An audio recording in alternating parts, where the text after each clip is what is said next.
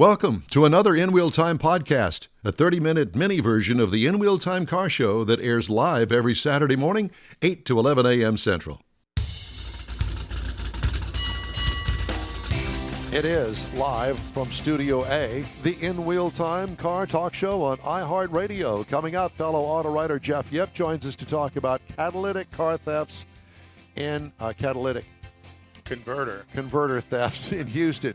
Plus, we have the events calendar and the stories making automotive news headlines this week. Howdy, along with Mike out of this world, Mars, King Conrad DeLong, we need more Jeff Seekin. I'm Don Armstrong. Glad you could join us on this Saturday, last segment of our weekly program. Thank you very much. And joining us now is fellow auto writer Jeff Yip. Jeff, it's so good to see you. I haven't seen you in, it seems like, forever. But you're looking well, my friend.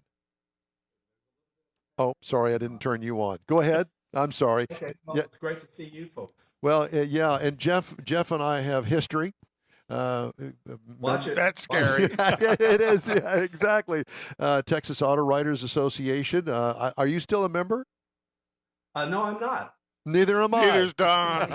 There's your history. Yeah, there's our history. But there was a time that Jeff and Mike and I were in Texas Auto Writers all together at the same time, and that's how I got to know Jeff. And so I peruse automotive news on a weekly basis, and I see Jeff Yip has written a story about the rise in catalytic converter thefts and all of the consequences that go along with that. And dealerships are getting filled up with converter replacements on a lot of the new cars, and Or waiting on converters to replace. yeah, and that's a major problem. But the interesting point about it, Jeff is local, and he used local dealers for a lot of this content in his stories here in the Houston area.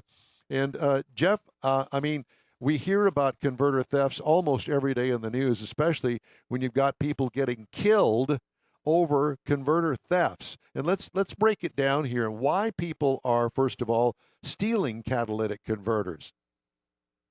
Well, this problem has been going on a very, very long time, but it's true that there's an epidemic of thefts now, and that's driven primarily by the value of the materials that are used to convert the noxious gases in the combustion engine to somewhat safer levels of other compounds. So the values of the precious metals, for instance, rhodium, was up to $21,000 an ounce last April. And an ounce, it's hard. Checked about 16,000. Unbelievable. It's just an ounce. We're talking about, this much. How much, though? Fingers. Yeah.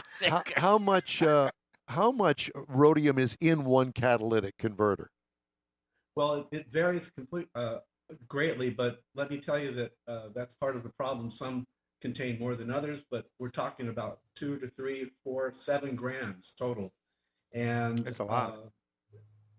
The values have gone up to where to replace them at the dealer level with OEM cats, which do take a while to show up, of course, can cost the retail customer or the insurance company $8,000.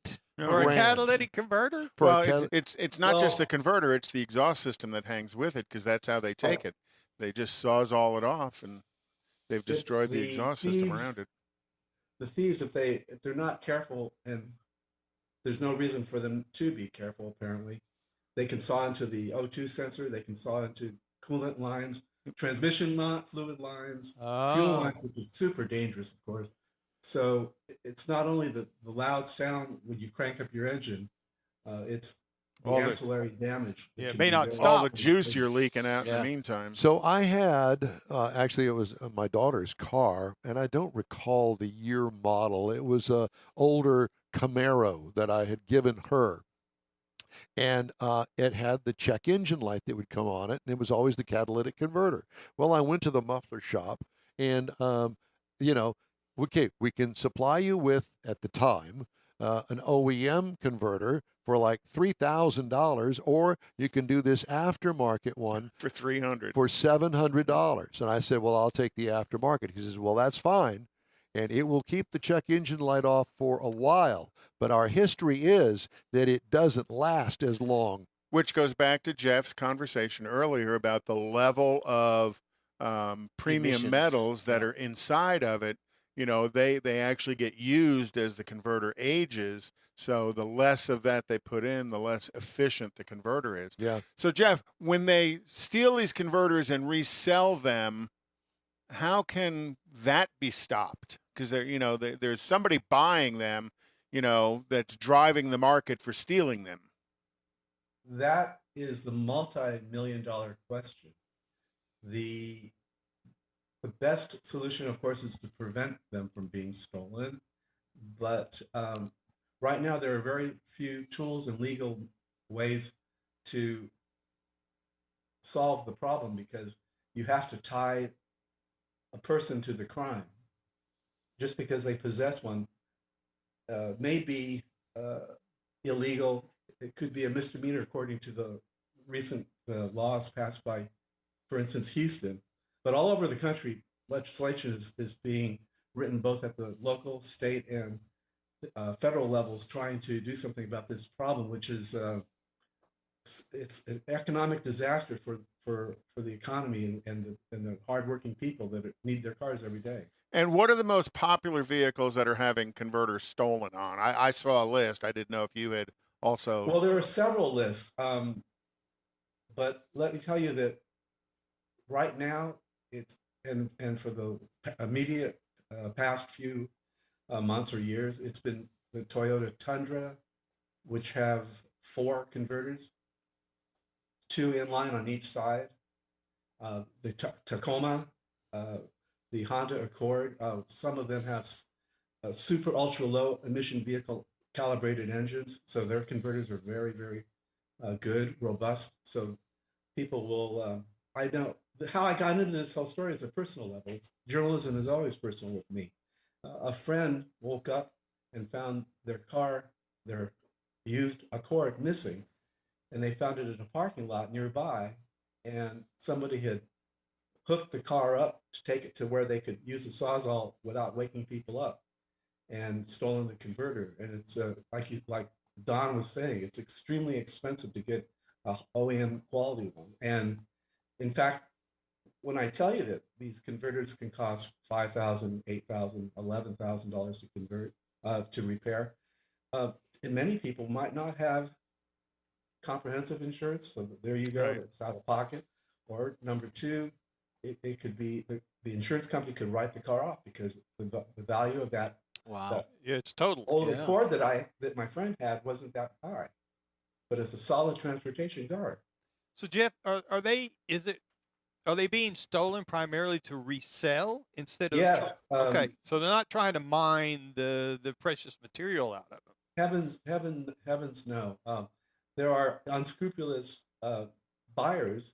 In fact, one of my journalism students from Southern California, he went on to become an LAPD commander. He's now retired. He told me that there's a certain area of downtown LA that they have catalytic converter buyers, and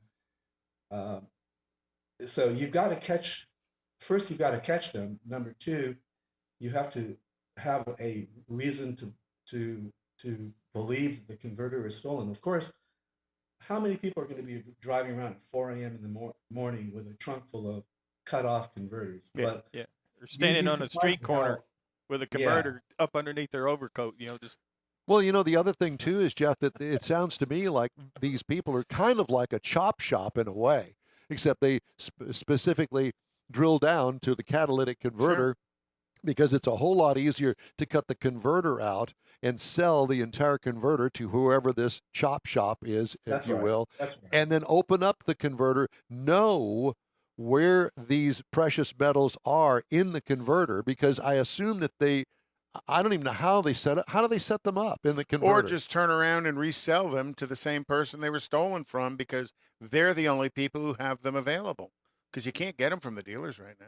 Well, I know, but the dealer's not going to buy them. And so you take the car to the dealership, and, what are you going to do? Yeah, wait for a new one. Right. So So, Jeff, I know that you talked to at least a couple of dealerships in town, and one of the dealerships had, 66 vehicles waiting on the lot for converters? Right. Wow. So I started canvassing dealers all over the country, and I called this one particular dealer here in town, and I was astounded when I had to ask him again, what number was that? And my editor, I've been working with the great folks at Automotive News for quite a while, and my editor thought perhaps typo. The dealerships cars were, the brand new cars were hit, which dealers have been hit plenty of times. But no, it was customers' cars. Can you imagine? No, 66 slots on a service parking lot. Garage. But that 66 cars, some of them have 2 or 3. Yeah, exactly. Yeah. Or 4. Or 4, yeah. And you can't legally, the dealership can't fix it with just straight pipes in place of the converters, because check engine lights, emission certification, all of that's wrong. But they can't get the part either. And if you think about, some of these precious metals are coming out of China and coming out of the Ukraine, so coming out of Russia, so you can't even get them even worse. So, Jeff, how much does a catalytic converter stolen off of a car bring? Well, it varies amazingly on which kind you have. I was told by one metal company that specializes in catalytic converters that there's I think it's the 674 diesel at one time. Their converter was worth $1,000. They would pay for a legitimate converter for that whole torpedo underneath the truck. Yeah. Oh, easily. $1,000. Yeah, but particulates in the diesel. So. Yeah, it'd be $8,000 for the part alone at the Ford dealer. So you're taking it to somewhere to sell as scrap, and then they do what they do with it, either recondition it, sell it to someone that needs it, or they take it apart to get all the precious metals. I heard an interview with the guy over at C&D Scrap Metals, and he won't even deal with converters. He said, absolutely not. I'm not dealing with those. I will not buy them. I'm not going to get involved. Because he knows where they're coming from. He's a legitimate scrap dealer, and he won't deal with it. So the question is, I'm sure that the Houston Police Department, or at least locally anyway, has some idea of who is buying this. They just have to find a way to catch them. They have to have a way to legally stop them, seize the contraband, and the technique that's advocated by a lot of people to try to prevent things from happening is to paint the catalytic converters with a bright color, typically yellow or orange, and etch your last 8 numbers of your VIN into the can of the converter. And that could deter the thinking. The rationale is that the scrap metal people don't want to take a chance traceable with a stolen converter. They won't deal with it. It's not worth the trouble or the legal problems. And the police want that to happen because they have then a reason to say, hey, you've got to prove this converter is yours. And I think, wasn't it last weekend, there was a couple of shops that were actually doing that for free for customers? I remember reading that in the paper. There's something on the news about that, yeah. I was there. The police have done a great job of working with the community, and I happened to be at one of those workshops last weekend and watched the process being done to many people's cars. And there's so much worry. If you just get on social media and there's an app called Nextdoor for your neighborhood every day. And I've been seeing so many converter thefts, and these Ring cameras and home videos are rampant now. And these guys will typically pull into a cul-de-sac. 4 people will be there. 2 will be under the car handling the hardware and the sawzall, and the other 2 will be lookouts and getaway drivers. And it happens in 5 minutes. And they tend to be armed lookouts as well. These people are extremely dangerous. That's exactly one of the reasons why I look forward to working with you today on this program. Is people have to realize that this is not just somebody stealing mag wheels.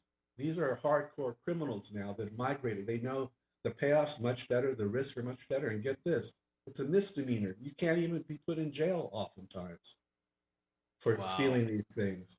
I had no clue. No. So don't challenge them if they're doing it.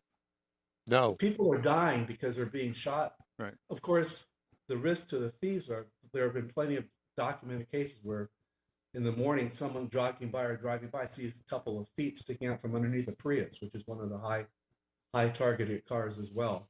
And so the thieves are dying because they're not, practicing safe jacking. But the risk to the consumer, the victims are real. So the police have told me, just be a good witness, stay calm, don't even try to stop anything. Recently, just 2 nights ago, a catalytic converter thief suspect was shot and killed because he pulled a gun on Sugarland. police officers. Yeah. It's not far from where I live. Yeah. And in this story from Automotive News, Jeff, there's some theft prevention tips. Avoid having converters stolen. Park in a garage or secured parking area. Install bright motion sensor lights in parking areas to dissuade thieves. Park fleet vehicles in a secured, well-lit yard with an alarm system. Always lock vehicles and set alarms. Install a catalytic converter anti-theft device. We didn't talk about that, and I guess that what they're doing is basically welding in a box around the thing. Kind of a cage. A shield. It's a shield. It's like a model. It's a version of a skid plate, but they're using hardware that supposedly the fasteners are somewhat unique, and so that it'll be hard to get to the cats. There are shields made of stainless steel and aluminum, and of course they tell me that the aluminum is easier to cut with a sawzall. Oh yeah. But these stainless steel ones, to me, they look pretty robust, and if I had a high value target like a Tundra or a Tacoma or an Accord or a Prius. Pickup. All pickups are, and SUVs are fair game as well. By the way, and not to pick on Toyota. And part of that's because of the way the vehicle sits. It's easier to get under. Exactly. Yeah. Exactly. Well, Jeff, it's great to talk to you. We thank you so much for joining us today. You can read Jeff's complete story at Automotive News and just look under the rise in catalytic converter thefts. And it's been up there this week, as a matter of fact. Jeff, thanks again. It's great to see you, my friend. Take care of yourself, and let's talk again soon. Okay, don't be a stranger. You too. All right. Don's always strange. There's no doubt about that. Hey, we'd love to hear from you. All you have to do is shoot us an email. The address is info@inwheeltime.com. Interesting story. Biden administration said it will spend more than $3.1 billion to support the domestic manufacturing of advanced batteries used in EVs and energy storage.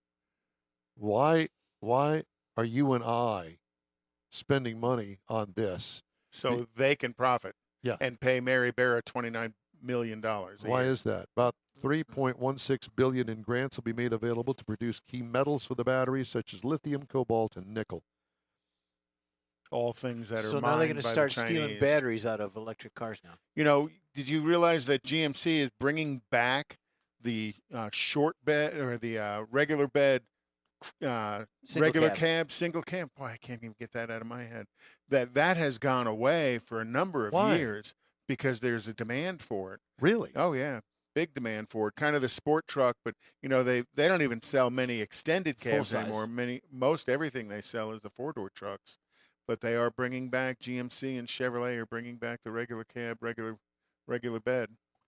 Interesting. Shorty little sport truck. Well, I mean, I can understand that for, the mid-sized truck. Colorado, but for the full-size truck, really? I mean, is that big of a demand? For a work truck, I could understand, but anything other than not that, for me. I mean, if I'm going to get a truck, I'm going to want a four-door. Yeah. Well, me too. But part of their sales pitch on the midsize when they went to that was that it fits in the garage better. It's smaller and so I mean maybe that's part of it. The midsize will, but I don't know that a regular cab. Oh, I think a regular cab, regular bed probably would fit in a garage because that's not going to be. It'd be tight. any longer than Suburban. Suburbans can fit in a garage. It'd be Depending on how old your house is, anyway, too. I just thought that might be part of it. Volkswagen Group's premium brands, this is for Jeff. Volkswagen Group's premium brands, Audi and Porsche, have decided to join Formula One. Oh, yay. Audi is ready to offer around $556 million for British luxury sports car maker McLaren as a means to enter. Source told Reuters in March, while Porsche intends to establish a long-term partnership with racing team Red Bull starting in several years' time. Oh, wow. I knew that you were sitting on the edge of your seat waiting to hear that. More arrogant builders. So did you hear Ford filed for a patent for a remote engine revving system? Why? I'm not real sure why, but they are. Why would you want to rev your engine remotely? You ever been to a meet with a Mustang? You know, they get. Well, I know, but why would you want to do it remotely? Because they can. Okay. And it is through the key fob to rev the engine. That was the patent that they filed. And hopefully it won't get stolen, hacked or hung up. Or jumping gear. Uh-huh. That'd be pretty cool. Here's one for you. You ready? Toyota running out of EV tax credits. Law allows automakers to offer $7,500 tax credit to buyers for fully or partly electric cars, but only up to 200,000 vehicles per company. Demand for Toyota's plug-in hybrid vehicles has steadily grown, especially as gas prices have surged past $4 a gallon, pushing its cumulative sales of eligible vehicles to 183,000 already as of the end of 2021, according to an analysis by Bloomberg NEF.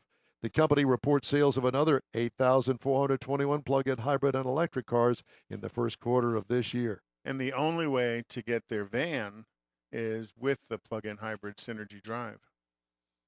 Stellantis said it will spend $2.8 billion to retool a pair of assembly plants and build 2 new R&D centers in Canada. Stellantis on Monday said its Windsor and Brampton plants will be converted into what the company described as flexible, multi-energy vehicle assembly facilities ready to produce multi-energy. Governments of Canada and the province of Ontario each will give Stellantis up to $398 million toward the projects. Stellantis has agreed to buy the Share Now car-sharing business from BMW and Mercedes-Benz as the two German automakers focus on the software part of their mobility alliance. Stellantis wants to position itself as a global leader in car sharing, using this step announced on Tuesday to expand its existing business in the area. Share Now, the European market leader, allows customers to use smartphones for short-term rentals of cars, including BMW, Mini, Mercedes, Smart, and Fiat vehicles in cities. There you go.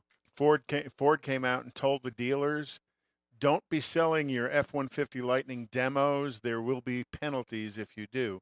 Because, you know, as these Lightnings are coming out, dealers are ordering demos because demos may be allowed outside of the normal allocation. Well, they don't want them using the demo program to increase their allocation. And they want butts in the seats of those cars. When people turn their car in to get repaired or something, put them in a Lightning. Let them drive an F-150 Lightning in the process. Yeah. But Ford's telling them, don't be selling them. They're in the demo program. Leave them there. Wow. So Brad Thompson was online, and he said that Roadway Lube Plus is painting and etching VINs on cats for their customers. Very cool. You know, very good segment with Jeff. I really, enjoyed that. That was educational. So is this a cost to it? Obviously, there's a cost attached to it, or? Good question. I don't know. I would imagine yes. But you can buy an etching tool yourself. Yeah. And you can get under there and scratch the VIN number. The last 4 digits of the VIN is last 8. So the last 8 is never duplicated in a year because it's going to give the year of production. It's going to give the assembly plant, and each assembly plant throughout industry has its own identifier. Listen, if I have the oil change place down the street, if I own that, I'm going to go out and buy me one of those etching tools, and hey, for $9.95, I'll go ahead and etch those in there in your catalytic and they'll converter. line up to do it. Yeah, and then I'll also and then spray it's the opportunity to take a look at the vehicle and offer them other halo services effect. You bet. There. You get it up in the air, you can find all kinds of things. Just to kind of get them in to do that as a service. and then an opportunity to get them to maintain the vehicles. And the sign out front would be cat scratching. I love that. And you could play a little Ted Nugent, little cat scratch fever. Cat scratch fever. Okay. We need part of that. Whatever you're doing out there, we need in on We need a little credit. There you go. We need to take a break. We do. It's clear now. Water up, everybody. We'll finish out today's show right after a quick break. Father's Day weekend, Saturday, June 18th, 2022. It's the next Tailpipes and Tacos Cruise-In, and you're invited. Tailpipes and Tacos Father's Day edition will be at the same Loopy Tortilla in Katy, 8 to 11 a.m. on Saturday, June 18th. It's the only place cruisers compete for trophies and other prizes. Enter your vehicle for Best Hot Rod, Best Classic, and Best Modern Classic. Tailpipes and Tacos is Houston's coolest cruise-in and is your opportunity to see the best hot rods, show cars, classics, and resto mods, and get Loopy Tortilla breakfast tacos and adult beverages. There's no entry fee, and cars will automatically compete for custom Loopy trophies and other prizes. It all happens at the Loopy Tortilla Tex-Mex in Katy on the Grand Parkway at Kingsland Boulevard, just south of I-10. Kick off summer with Tailpipes and Tacos Father's Day edition, Saturday, June 18th. The In Real Time Car Talk Show will be there too. Celebrate Father's Day, the start of summer, and the return of Tailpipes and Tacos. Saturday morning, June 18th, 8 to 11. We'll see you then, weather permitting. Want to take a minute to tell you about Gulf Coast Auto Shield, a Houston detail company like no other. Gulf Coast Auto Shield offers paint correction services that'll give your car, truck, or SUV a like-new shine. Afterwards, you'll want to protect it with a professionally installed nano-ceramic coating or protection film. Worried about your very expensive windshield getting damaged, broken, or cracked? Let Gulf Coast Auto Shield install ExoShield, a windshield protection film. Give John Gray a call today or check out their website, gcautoshield.com. Hey, whether you own a new, ultra-expensive, exotic, or a 5-year-old Suburban, Gulf Coast Auto Shield will help keep your investment looking like the day it rolled off the assembly line. Gulf Coast Auto Shield is conveniently located on the South Sam Houston Parkway, just south of I-69, the Southwest Freeway. Meet the staff and check out all of their services online right now at gcautoshield.com. The In Wheel Time Car Talk Show is now part of the iHeart family. Now you'll have access to 24/7 Car Talk anytime you need a fix. Just download the iHeart Radio app and ask for In Wheel Time Car Talk, and there we are. Be sure to save us in your iHeart library for instant access. No matter where you are, you have the best Car Talk Show right on your PC, laptop, or mobile device and never have to worry about finding us again. Of course, you can always get access to our video and audio streams via InWheelTime.com and your favorite podcast channel, and all of this is free to you. From the iHeart Radio app, you'll not only hear our Saturday morning live show, but the best shows of the past, updated weekly. Never miss a minute of up-to-date new car reviews, pre-owned reviews, Conrad's Car Clinic, informative interviews, automotive news, and the most fun car talk show on the planet. Just download the iHeart Radio app, search for In Real Time Car Talk, save it to your library, and with a tap of the icon, you'll be in touch with your favorite Car Talk team. In Real Time Car Talk, streaming now on iHeart.com/InWheelTimeCarTalk. Well, that's a wrap for this week's In Wheel Time Car Talk Show here on iHeartRadio. When you're on our Facebook page, please give us a like if you will. Tell your friends about us and share our junk, please. I mean that in every sense of the word. You'll get Conrad's unicorn hunting features along with all things automotive all week long. There'll be some fun stuff in there for you too, including upcoming events, cruise-ins, and other goodies. You can find In Wheel Time Car Talk 24/7 on the iHeartRadio app. In Wheel Time can also be heard live on Facebook, YouTube, Twitch, and on InWheelTime.com every Saturday, 8 to 11 Central. 30-minute podcasts available from your favorite podcast provider 7 days a week. In Wheel Time Chief Engineer is David Ainsley. Our Marketing Advertising Manager and Video Technical Director is We Need More, Jeff Zekin. And for Booking Agent and Podcast Editor, Mike Out of This World Mars and his royalty King Conrad DeLong, I'm Don Armstrong. Today's In Wheel Time was produced and directed by the State of Texas Department of Transportation. Thank you for dragging out reconstruction of the I-69 Loop 610 interchange and ruining countless of lives by closing the interchange again, and again. Be sure and join us again for our next live In Wheel Time Car Talk Show while you're sitting in traffic next Saturday, May 14th, starting at 8 a.m. Central Time on all of these In Wheel Time Car Talk outlets right here on the Smoke and Mirrors Network. So long for now. That's it for this podcast episode of the In Wheel Time Car Show. I'm Don Armstrong, inviting you to join us for our live show every Saturday morning, 8 to 11 a.m. Central on Facebook, YouTube, Twitch, and our InWheelTime.com website. Podcasts are available on Apple Podcasts, Spotify, Stitcher, iHeart Podcast, Podcast Addict, TuneIn, Pandora, and Amazon Music. Keep listening, and we'll see you soon.